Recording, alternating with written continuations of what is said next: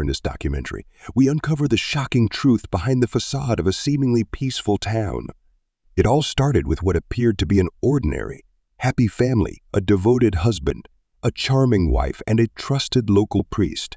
But beneath the surface, forbidden love and deadly betrayal were brewing, ready to tear lives apart. This is a story of secrets that turned a quiet town upside down and left it forever changed. Opening scene. The perfect mask of innocence. Martin and Julia seemed like the picture-perfect couple. They had been together for over a decade, living in a small, close-knit town where everyone knew each other. Martin, a hardworking man, spent most of his days providing for his family, while Julia, a stay-at-home mom, was active in the community, always seen with a smile on her face. But as with many stories that appeared too perfect, there was something darker lurking behind their front door. Martin's long hours at work left Julia feeling isolated and forgotten. She craved more than just the routine of daily life, and soon enough, her loneliness became unbearable.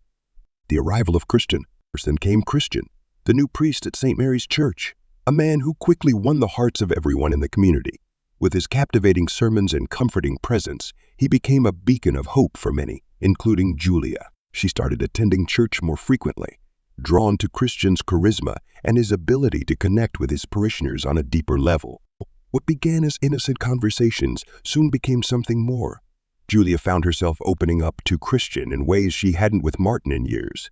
And Cristian, well, he saw Julia's vulnerability and couldn't resist. A dangerous affair.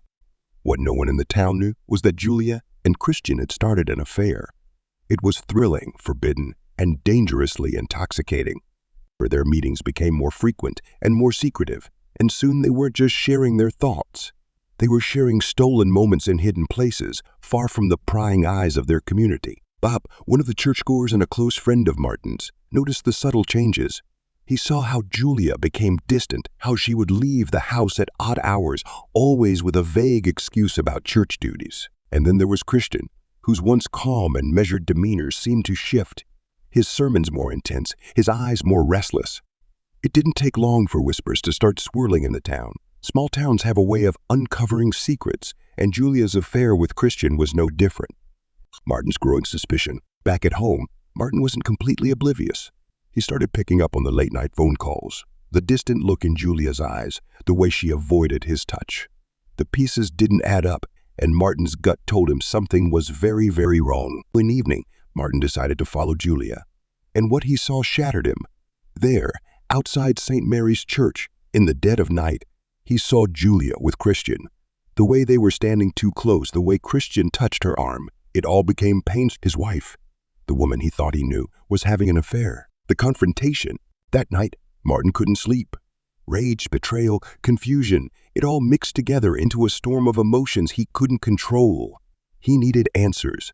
The next morning, without a word, he confronted Julia. "Who is he?" Martin asked, his voice low, shaking with anger. Julia froze, her heart pounding in her chest. She knew she had been caught, but she wasn't ready for what was coming next. Martin's eyes were filled with pain as he pressed further. "Don't lie to me, Julia. I saw you with him." The air was thick with tension. Julia's silence said it all. She had betrayed him, and there was no going back. Cristian's deadly secret. But what Julia didn't know was that Cristian wasn't just a charming priest with a kind smile. Behind his religious facade, Cristian harbored a darker past. He had done this before. He had seduced other women in other towns, leaving a trail of broken lives behind him. And now, with Julia's affair exposed, Cristian was ready to do whatever it took to keep his secret safe, even if it meant resorting to violence. The night of the murder, Bob, suspicious of Cristian for weeks, had been quietly gathering evidence. Late one night, he saw something that confirmed his worst fears. Cristian and Julia, once again meeting in secret at the church. Bob confronted Cristian, threatening to expose everything. But Cristian, now desperate, took a horrifying step. In a fit of panic and rage, Cristian lured Bob into the old bell tower under the guise of a private conversation. Once inside, Cristian saw he pushed Bob from the tower, watching as his body fell to the ground with a sickening thud. Bob's death was ruled an accident at first, but the truth was far more sinister. The secret started to unravel. Bob's sudden and tragic death sent shockwaves through the town. Everyone mourned the loss of a beloved community member, but behind closed doors, the rumors were swirling. Bob had been a man of integrity, never one to cause trouble. So how did he fall to his death from the bell tower? The police launched an investigation, but as with many small-town tragedies, the truth was buried under layers of gossip, speculation, and fear. For a while, it seemed like Bob's death would remain a mystery. But Martin, still reeling from the discovery of Julia's affair, wasn't ready to let things go. He knew something was off, and he was determined to find out what really happened that night. Martin's descent into obsession. As days turned into weeks, Martin's life spiraled out of control. He couldn't focus at work, couldn't sleep, couldn't eat. His mind was consumed by thoughts of Julia and Cristian. What else had they been hiding? What really happened to Bob? Martin's once stable life was now a living nightmare, and he was determined to uncover every lie, every betrayal. He began to follow Cristian, watching his every move. The more he observed, the more suspicious he became. Cristian's calm demeanor, his constant presence at the church, his close relationships with certain women in the community. It all started to fit into it, and that's when Martin made a chilling discovery. One evening, while Cristian was away, Martin snuck into St. Mary's Church. His heart pounded as he made his way through the dark, empty hallways, searching for something, anything, that would confirm his suspicions. And then, in a small, locked room at the back of the church, he found it. A collection of letters. Letters from multiple women, written to Cristian. They weren't just confessions of faith. They were love letters filled with passion, desperation, and heart. Cristian had been seducing women for years, using his position as a priest to manipulate them. And now, with Bob's death fresh in his mind, Martin knew that Cristian would stop at nothing to protect his secrets. The tension builds. Meanwhile, Julia had no idea that Martin had discovered Cristian's dark past. She was still caught in the web of lies and deceit, torn between the guilt of betraying her husband and the forbidden thrill of her affair with Cristian. But as Martin's behavior became more erratic, his late-night disappearances, his constant questioning, she began to suspect that something was terribly wrong. It was one night, while Martin was out working late, Julia found a set of papers on his desk.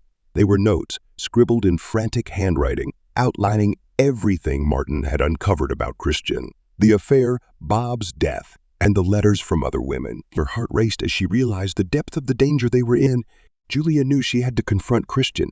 She couldn't continue living this double life, constantly looking over her shoulder. But when she arrived at the church the next day, Cristian was nowhere to be found. The tension in the air was palpable. Something terrible was about to happen.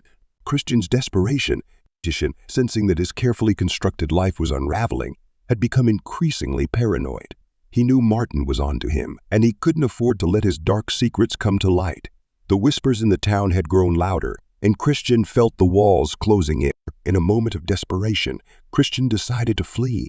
But before he could make his escape, Martin caught up with him. The confrontation that followed was explosive.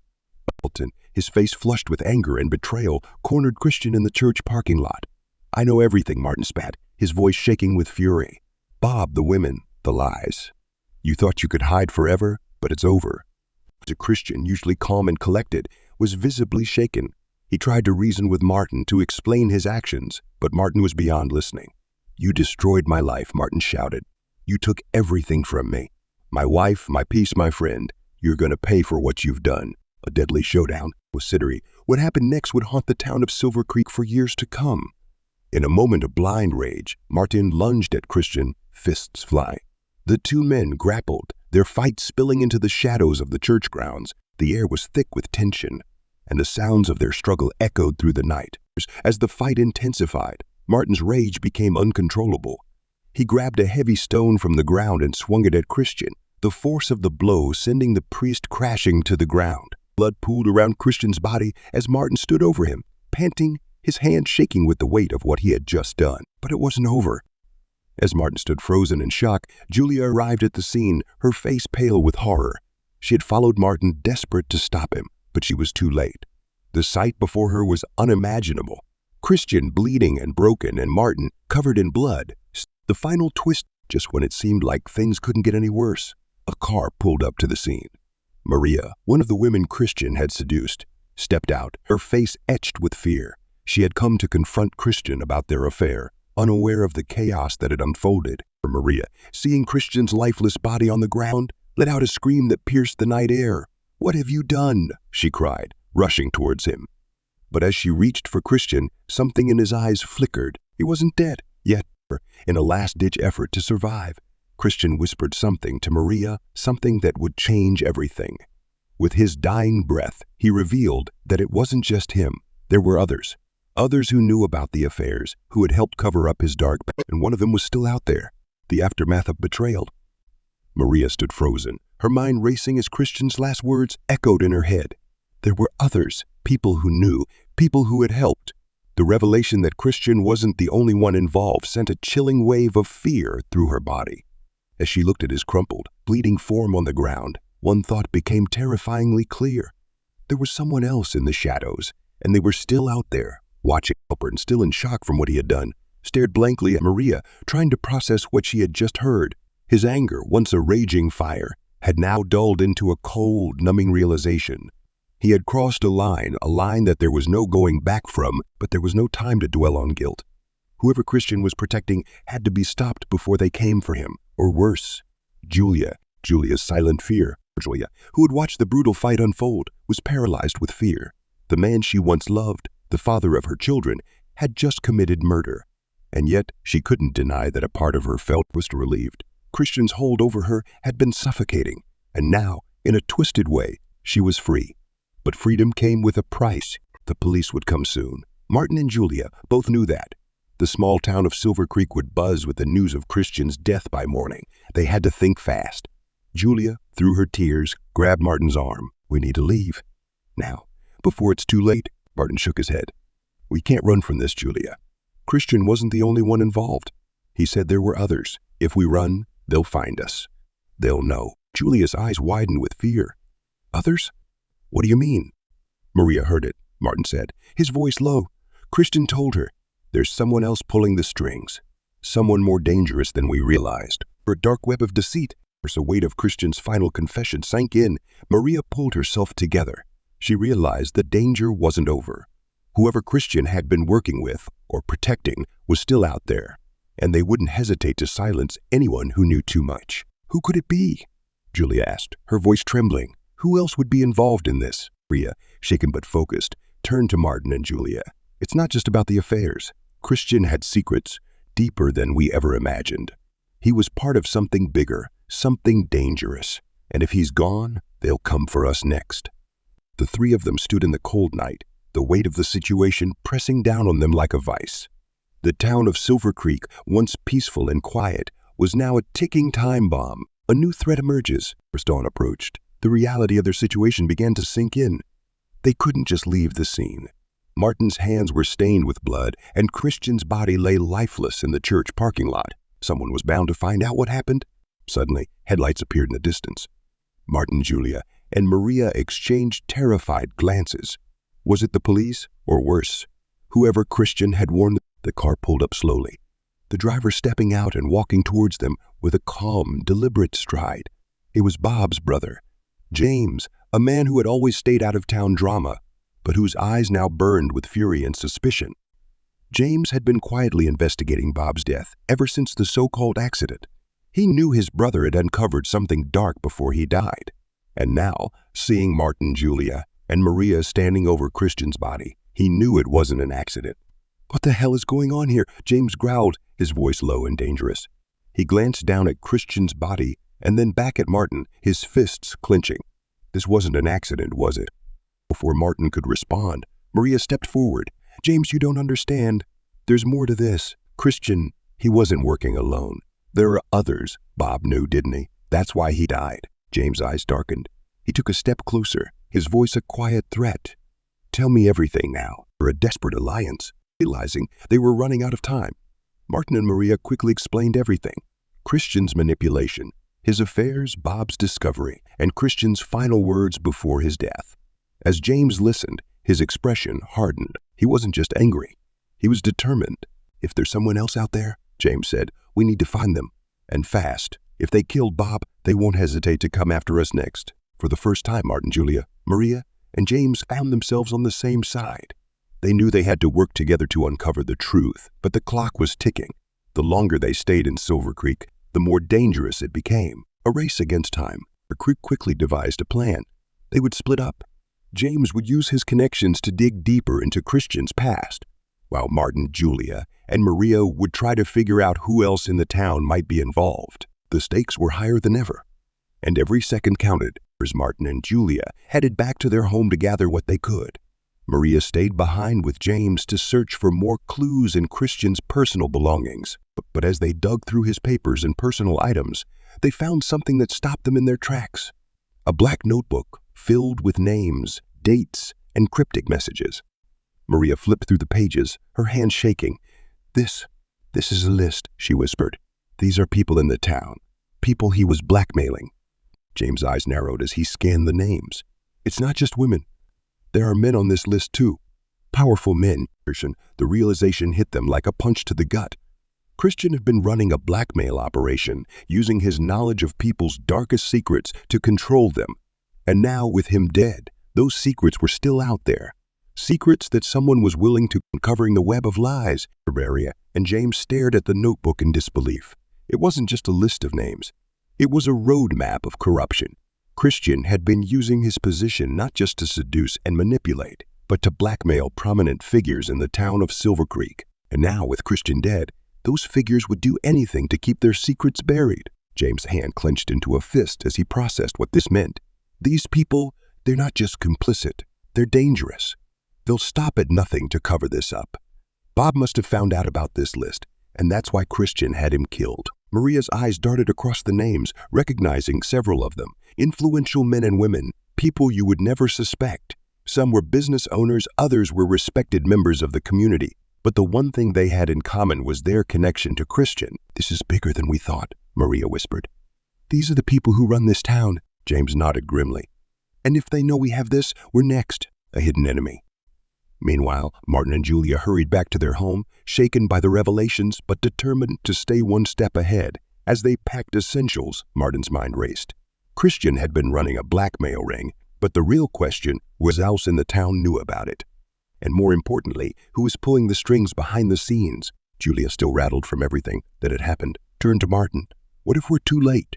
What if they've already figured out we know?" Martin looked at her, his expression hard but focused. "We have to be smart. We need to get that notebook and figure out who's in charge of all this. They're already suspicious of us, but if we expose them before they can make their move, we might have a chance." Just then, Martin's phone buzzed.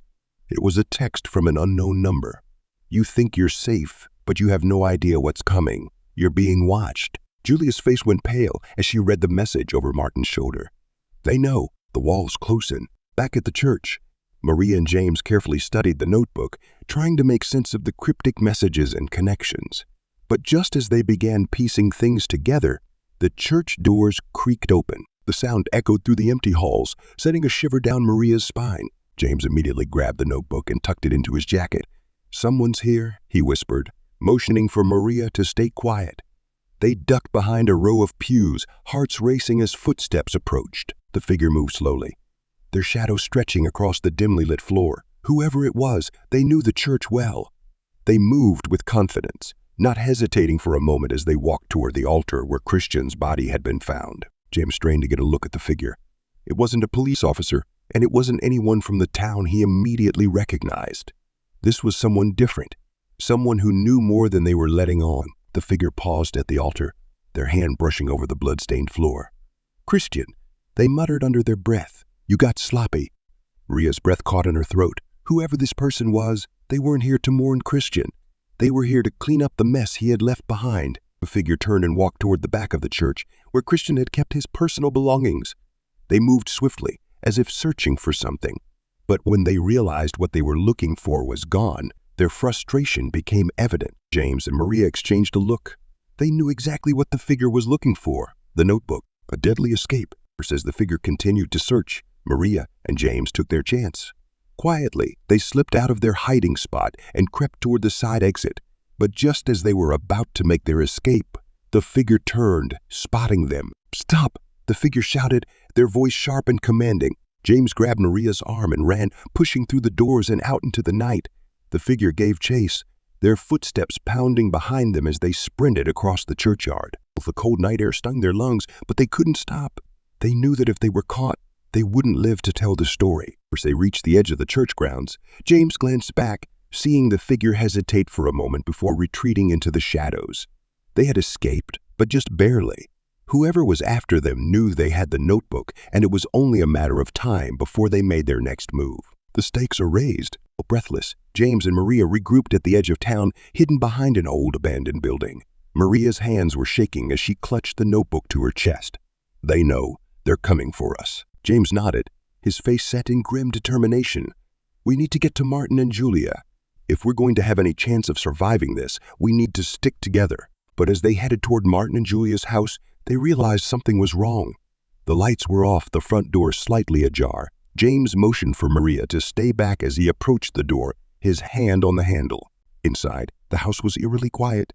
Too quiet. James crept through the hallway, his heart pounding in his chest. And then he saw it, a message scrawled in red paint across the living room. You can't hide from the truth. James's stomach dropped. They weren't just being watched, they were being hunted. James stood frozen, staring at the chilling message painted across the wall. You can't hide from the truth. The words were as much a threat as they were a promise. Whoever was behind this wasn't just playing games, they were closing in, and fast. In that moment, Maria stepped into the room, her face pale as she processed the gravity of the situation. We can't stay here, she whispered, her voice barely audible over the pounding of her heart. They know where we are, James nodded, his mind racing. We need to find Martin and Julia now. They might already be in there as they were about to leave. They heard a soft creak from upstairs. Maria and James locked eyes. Someone was in the house. James grabbed a nearby lamp, the only thing within reach that could be used as a weapon. With every muscle in his body tense, he motioned for Maria to stay behind him. The house, once a place of safety and familiarity, now felt like a trap. Slowly, they ascended the stairs, the floorboards creaking under their weight. At the top of the staircase, they saw the shadow of a figure moving at the end of the hallway. James raised the lamp, ready to strike, but before he could take another step, the figure spoke. It's me. Julia emerged from the shadows, her face streaked with tears. I didn't know where else to go. Relief washed over James and Maria, but that relief was short-lived as Martin stepped into view, looking bruised and disheveled. We were attacked, he said, his voice rough with exhaustion. Someone came for us. We barely got out. A deadly revelation. The group quickly gathered in the living room, the tension palpable as they shared what had happened. Martin explained that they had been followed for days, ever since he had started investigating Cristian's past. The people who had been blackmailing the town were dangerous. Far more dangerous than they had realized. They won't stop until we're all dead, Martin said grimly. They think we know too much, and they're not wrong. Julia, her hands trembling, pulled out a small folded piece of paper from her pocket. Before we left, I found this hidden in Cristian's room at the church. It's a list, names, locations. I think it's the key to everything. James grabbed the paper and unfolded it, his eyes scanning the names. There were several familiar faces, people they had seen in the town. Business owners, a few local politicians, even the head of the local police department. But one name stood out, a name none of them expected to see. Bob. Maria gasped, her hand flying to her mouth. Bob was part of this. James stared at the name, his mind spinning. Bob, the brother he had idolized, had been involved in the very corruption he had been investigating. It didn't make sense. No, there has to be a mistake. He was trying to expose Cristian. Martin's face darkened. Maybe he was, or maybe he was trying to cover his tracks. But one thing is clear. Bob knew more than any of us thought. A race against time. The weight of the revelation hung in the air, thick with tension. They were running out of options, and time was against them. The people behind Cristian's blackmail ring weren't just criminals. They were embedded deep within the town's power structure. And now, they were coming for anyone who threatened to expose them. We need to get out of here, Martin said, his voice firm. But not before we do something with this list. We can't just run. We have to take them down. James nodded, his expression steely with determination. We can't trust the police. Maria glanced at the door, her anxiety mounting. So what do? We can't fight them on our own. There's one person, Julia said suddenly, her voice shaky but resolute. There's one person who isn't on this list. Someone who can help us. All eyes turned to her, and she continued. Detective Harris. He's new to town, just transferred a few months ago. He doesn't know about the corruption. He's clean. It was a long shot, but it was the only chance they had. With the list in hand, they could expose the entire operation if they could get to Detective Harris before it was too late. The final showdown. They knew the risk. If they were caught before they reached the detective, it was over. But they had no choice.